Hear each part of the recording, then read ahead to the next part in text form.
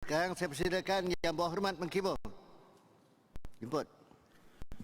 Salam sejahtera dan terima kasih kepada Tan Sri Speaker kerana telah memberi peluang kepada Mengkibul untuk mengambil bahagian dalam perbahasan perundingan menjunjung kasih Duri Yang Maha Mulia Sultan Johor dalam menyampaikan titah ucapan baginda untuk merasmikan persidangan yang pertama Penggar keempat Dewan Negeri Johor yang ke-13. Setinggi-tinggi kasih Tuanku dijunjung. Yang Berhormat Tan Sri Speaker, setiap kali Mengkibul mengambil bahagian dalam perbahasan dalam Dewan Yang Mulia ini, Mengkibul telah mengingatkan pihak kerajaan tentang kepentingan untuk memelihara dan memulihara kawasan tadaan air untuk memastikan pembekalan air yang mampan di negeri Johor. Kini telah terbukti bahawa apa yang Mengkibul berkatakan itu bukannya cakap omong-omong saja. Seringkali kita hanya akan menyalahkan keadaan iklim. Jarang kita memikir apakah masalah sebenar yang menyebabkan empangan kita tidak dapat menyimpan air.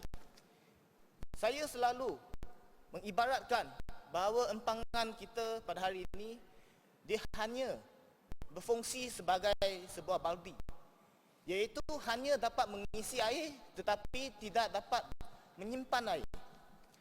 Punca utama yang menyebabkan empangan kita ini telah hilang fungsinya untuk menyimpan air adalah kawasan tadahan air yang telah dimusnahkan. Saya ingin sesah dahulu pendapatan, sesah kemudian tidak berguna. Walau bagaimanapun, saya ingin merakamkan tahniah dan syabas kepada Yang Berhormat Exco Alam Sekitar dan Kesihatan kerana telah mengambil usaha mengambil beberapa langkah yang penting untuk memelihara kawasan tadahan air seperti di empangan Sembrong dan empangan Macap, walaupun kedua-dua empangan ini pada asalnya bukan untuk tujuan pembakaran air, tetapi apabila kita menggunakan empangan-empangan ini sebagai sumber air, maka adalah penting kita memelihara dan kalau boleh yang telah dirosakkan kita memelihara kawasan tadahan air. Bagaimanapun, saya jangka bahawa langkah-langkah yang diambil ini dia memerlukan masa yang panjang untuk mencapai matlamat yang kita ingini. Untuk menangani keadaan kekurangan air yang kita hadapi sekarang, kerajaan perlu mengambil langkah yang lebih proaktif supaya berkeadaan air kita tidak mengalami sebarang gangguan. Yang Tan Sri Speaker, dalam kita pengeluaran dan keperluan dengan izin demand and supply, dia ada dua hujung, ada dua pihak yang terlibat, iaitu belah sini demand dan belah sana supply. Yang ini pihak kerajaan dan SAJ sekarang memainkan peranan yang aktif pada pihak supply. Dan pada masa yang sama, pengguna merupakan apapun dari aspek demand kepada apa yang telah dibekalkan oleh SAJ. Selama ini, kita banyak membincangkan atau memberi tumpuan tentang untuk menangani masalah ini dari aspek supply, iaitu kita akan membincangkan macam nak membina empangan baru, kita akan membincangkan nak menterokai sumber air yang baru, termasuklah isu yang selalu Mengkibul sentuh iaitu pemeliharaan dan pemuliharaan kawasan tadaan air itu semua lebih kepada belah supply. Kita jarang memikirkan tentang demand. Macam mana kita nak kurangkan keperluan ataupun demand supaya kita dapat mencapai matlamat ini dalam jangka masa yang lebih pendek kalau berbanding daripada usaha-usaha untuk memelihara kawasan tanah air. Dengan ini, Mengkibu mencadangkan bahawa kita perlu menjalankan pengurusan keperluan, iaitu dengan izin demand management yang berkesan untuk menurunkan keperluan terhadap air terawat. Dalam senario sekarang yang mana kita tidak mempunyai air mentah yang mencukupi, maka kita haruslah mengurangkan penggunaan air pada keseluruhannya supaya air terawat yang dihasilkan itu dia masih mencukupi untuk menampung keperluan rakyat. Penggunaan Yang Berhormat Tan Sri Speaker, seperti yang selalu disebut oleh Yang Berhormat Pengerusi Jawatan Kuasa Kerja Raya dan Kemajuan Wilayah Luar Bandar, bahawa penggunaan air per kapita bagi negeri Johor adalah tinggi, mencecah 220 liter sehari, iaitu setiap orang menggunakan 220 liter air setiap hari. Kadar ini adalah sangat tinggi jika kita bandingkan dengan penggunaan air di negara-negara maju yang lain, iaitu per kapita 150 liter sehari. Sekiranya kita dapat mengurangkan penggunaan air per kapita di negeri Johor kepada tahap negara maju, itu bermakna sekiranya kita menghadapi musim kemarau, air yang kita hasilkan sekarang masih mencukupi kerana keperluan ataupun demand telah turun sebanyak 1/3 daripada keperluan asal. Pengurusan keperluan demand management tidak sewajarnya dijalankan sekadar mencetak risalah, menjalankan kempen kesedaran ataupun memberi ceramah saja. Langkah-langkah yang lebih proaktif perlu diambil untuk mendorong keseluruhan masyarakat supaya kita menggunakan air dengan cara yang lebih berhemah. Kerajaan perlu membantu sektor-sektor seperti sektor komersial, sektor industri dan pertanian. Khasnya pengguna-pengguna yang banyak menggunakan air untuk menjalankan audit ke atas penggunaan air dalam sektor masing-masing, untuk mengenal pasti penggunaan air bagi industri masing-masing, adakah mereka menggunakan air secara berhemah. Pada masa yang sama, kerajaan juga perlu memberikan khidmat nasihat kepada pengguna-pengguna yang saya sebut di atas supaya mengambil langkah-langkah penjimatan air yang berkesan. Sebagai satu contoh, industri hotel dan perniagaan cuci kereta merupakan antara dua contoh yang dapat kita fikirkan yang menggunakan air yang banyak. Maka kerajaan perlu membantu pengusaha-pengusaha yang tersebut untuk mengambil langkah penjimatan air yang berkesan. Dan kalau boleh, kerajaan perlu wajibkan para pengusaha-pengusaha yang besar supaya mengitar semula, recycle air dalam premis mereka. Kerajaan dan pihak SCJ juga haruslah perlu menyediakan pelbagai insentif untuk menggalakkan pelanggannya mengamalkan sistem jimat air di premis mereka, supaya mereka mereka lebih terdorong untuk mengambil langkah-langkah penjimatan air. Sudah tentu ini menjadi lumrah manusia bahawa kalau tiada dorongan, maka tiada inisiatif untuk memulakan sesuatu yang baru.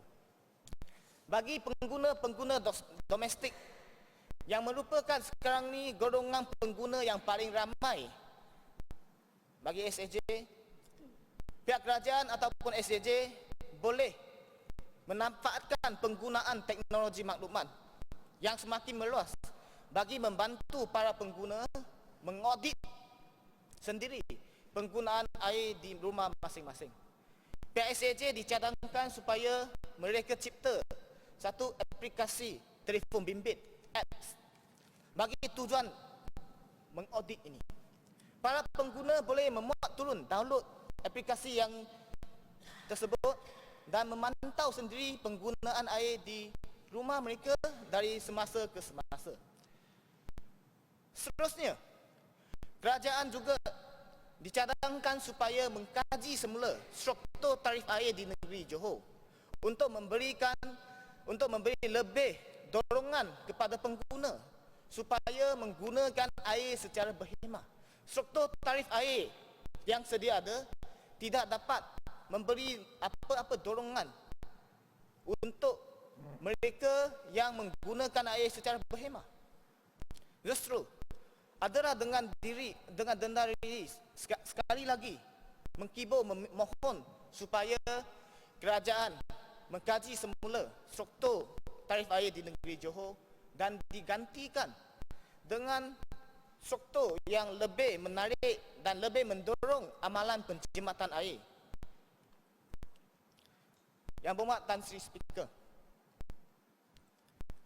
mengkibur amat tertarik dengan cadangan Yang Berhormat Senggerang pada hari itu bahawa setiap daerah atau pekan dicadangkan didirikan sebuah museum atau galeri. Ini tepat pada senario di mana bangsa Johor ini mempunyai sejarah, warisan budaya dan kemasyarakatan yang tersendiri. Keadaan ini sangat tertonjol memandangkan negeri Johor merupakan kerajaan moden berdaulat yang pertama di Malaysia. Sudah tentu kita mempunyai sejarah perkembangan yang berlainan. Justru pembangunan sesuatu tempat sewajarnya menunjukkan keunikan dan identiti sesuatu tempat tersebut. Sebagai contoh, pembangunan Bandar Kluang berkait rapat dengan pengangkutan kereta api. Sejarah pembukaan Kluang dikait terus dengan tarik mula operasi stesen Kluang. Ini antaranya gambar-gambar yang diambil di stesen Kluang. Bagaimanapun, bagi penduduk di sekitar Kluang, Itu gambar tahun berapa, Wabi? ini agak baru. Ini ambil tahun lepas. Bagaimanapun, Ingat Tan Sri Speaker, yang lama tak ada. lama tak sempat. Pasal yang lama kopi O dia sedap. Lagi sedap. Ini nanti saya nak sebut tentang bangunan lama ni. Bagi penduduk di sekitar Kluang, sebenarnya kereta api ini dia bukan sahaja salah satu mod pengangkutan yang penting. Malah ianya telah menjadi nostalgia bagi warga Kluang. Bagaimanapun, Tan Sri Speaker, elemen ini jarang diberikan perhatian sewajarnya oleh pihak-pihak berkenaan semasa menjalankan perancangan pembangunan di Kluang. Mengkibur masih ingat pada tahun 2014, semasa Mengkibur dijemput untuk berdialog dengan KTM, Kementerian Pengangkutan, Perbadanan Aset Kereta Api dan beberapa lagi pihak berkuasa yang berkepentingan dalam projek landasan berkembar, Mengkibur telah menimbulkan beberapa isu yang berkaitan dengan pengekalan bangunan-bangunan lama milik KTM di sekitar Kluang, termasuk bangunan stesen yang lama, quarters di tepi stesen dan bangunan gedung dalam stesen Kluang yang masing-masing mempunyai reka bentuk yang menarik. Bagaimanapun, Tan Sri Speaker, pihak-pihak yang tersebut mereka seolah-olah tidak tahu ataupun tidak berminat tentang isu yang telah Mengkibur bangkitkan tadi. Jawapan yang diberikan hanyalah kalau dia kata kalau stesen lama dikekal pun, ianya akan diserah kepada jabatan berkenaan untuk menubuhkan galeri atau museum. Itu mungkin saya kena minta daripada Yang Berhormat Datuk Seri Medan supaya mendirikan museum. Bagaimanapun, beliau juga memaklumkan bahawa kita tidak mampu menubuhkan terlalu banyak galeri atau museum memandangkan bajet dan tenaga kerja yang amat terhad. Inilah masalah kita, Tan Sri Speaker. Apabila kita berfikir tentang pengekalan atau pemeliharaan bangunan lama, bangunan warisan, penyelesaiannya hanya satu, iaitu membina galeri atau museum. Tidak pernahkah kita memfikirkan cara-cara lain untuk memberi nafas baru kepada bangunan-bangunan lama ini, supaya bangunan-bangunan ini terus dikekalkan sebagai nostalgia penduduk setempat? Mengapakah kita tidak mengekalkan bangunan stesen Kluang ini terus dikekalkan bentuk asalnya, iaitu satu-satunya stesen kereta api di negara kita yang wujudnya kedai kopi tradisional. Di dalamnya, setiap pagi kita boleh lihat warga Kluang duduk dalam stesen, bukan tunggu kereta api, tetapi minum kopi, bersembang dengan rakan-rakan. Ini keunikan hanya dapat dilihat di Kluang. Semasa seranti awam yang dijalankan pada awal tahun ini, mereka bentuk stesen kereta api yang baru. Dia juga dipamerkan kepada orang awam. Bagaimanapun, saya rasa kecewa dengan mereka bentuk stesen kereta api yang baru. Walaupun stesen baru tersebut nampak mewah, moden, cantik, tapi ianya gagah menonjolkan keunikan ataupun identiti setempat. Ianya hanya satu reka bentuk atau desain yang standard di seluruh negara. Maksud kita tak dapat bezakan kalau kita dilihat dari gambar saja bahawa stesen itu di Kluang atau di Camek ataupun di Kuala Lumpur. Orang yang demikian, Kopi O dia tak ada. Yang baru. Kopi O kalau Tan Sri datang, saya boleh ajak Tan Sri sama-sama belanja juga. Oleh yang demikian, saya menghibur menyeru supaya kerajaan negeri dan juga PBT, kita perlu terlibat secara lebih proaktif dalam projek ini untuk mengekalkan identiti setempat dalam projek mega ini. Khasnya dalam mengekalkan bangunan-bangunan yang merupakan nostalgia penduduk setempat. Okey, gulung Obi. Memandangkan elevated railway, iaitu landasan bertingkat, akan dibina di sekitar Bandar Kuang. Apa salahnya sekiranya landasan yang lama serta kelompok bangunan sekitar stesen lama itu termasuk quarters yang menampakkan bata merah, yang selalu saya bagi nama rumah merah, yang mana bangunan-bangunan ini dikekalkan dan diberi nafas baru, seperti dijadikan taman riadah dengan landasan-landasan yang lama dikekalkan. Maka dia akan menjadi satu destinasi berada bagi penduduk setempat dan juga para pelancong. Yang Berhormat Tan Sri Speaker, sektor pelancongan Taiwan terkenal dengan pelancongan kereta apinya, railway tourism dengan izin. Dalam lawatan sendiri belajar, saya tak macam Senggarang ada exco bawa pergi Filipin, terpaksa keluar duit sendiri, itu lawatan sendiri belajar. Pada bulan Januari yang lalu, saya telah mengambil kesempatan untuk merasai dan memerhatikan pelancongan kereta api yang berjaya memikat ratusan ribu pelancong tempatan dan luar negara. Daripada pemerhatian menghibur, apa yang ditunjukkan oleh mereka ada juga di negara kita. Salah satu hentian di Pekan Kecil, Sufen, berjaya menarik setiap hari puluhan ribu kunjungan. Jika diperhatikan, sebenarnya tiada apa yang terlalu istimewa di sana. hanyalah 2 baris kedai di tepi kiri kanan landasan kereta api saja. Subjek-subjek yang telah menarik kunjungan beribu-ribu pelancong setiap hari di hentian-hentian yang lain, termasuklah lumbung tebiak yang dikekalkan, termasukkah satu kampung yang telah memelihara sangat terlalu banyak kucing-kucing yang sehingga kampung itu dinamakan syurga kucing. Dan banyak lagi perkara-perkara lain yang kita akan rasa sangat biasa di negara kita, tetapi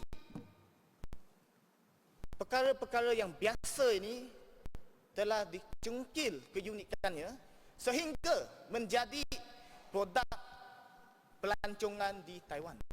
Okey, Wabi. Mereka tak ada legal land. Masa, Wabi. Sikit lagi, Tan Sri Speaker. Yang berhormat Tan Sri Saya Speaker. pun sudah naik dia punya ekspres laju daripada utara selatan Taiwan. Memang cukup cantik lah. Betul, saya pergi melawat. Saya bukan kata Taiwan sangat hebat. Kalau orang Taiwan boleh menunjukkan elemen yang unik dan menjadikan benda-benda yang biasa ini menjadi sesuatu yang luar biasa dalam kehidupan, maka saya yakin kita juga mampu berbuat sedemikian.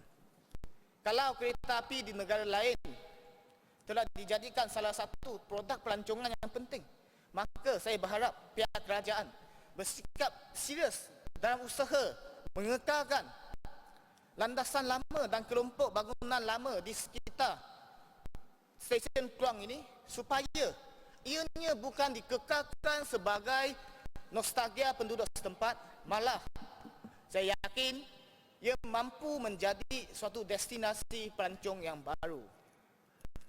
Yang berhormat Tan Sri Speaker, kita perlu ubah. Kita perlu ubah sikap daripada pengalaman yang lama. Dalam menghadapi zaman yang serba canggih dan penuh dengan pelbagai cabaran sekarang, kita haruslah lebih inklusif, lebih kreatif dan lebih proaktif. Kerajaan harus lebih merabur dalam membangunkan aspek-aspek insaniah dan kemasyarakatan berbanding dengan pembangunan fizikal. Dewan yang mulia ini bukan tempat untuk berpolitik.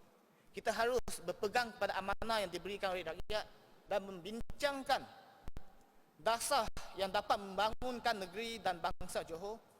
Oleh itu, menghibur berharap supaya kami yang duduk di sini tidak dilihat sebagai duli dalam daging, tetapi pelengkap untuk menambah baik pentadbiran kerajaan negeri Johor untuk kebaikan seluruh bangsa Johor.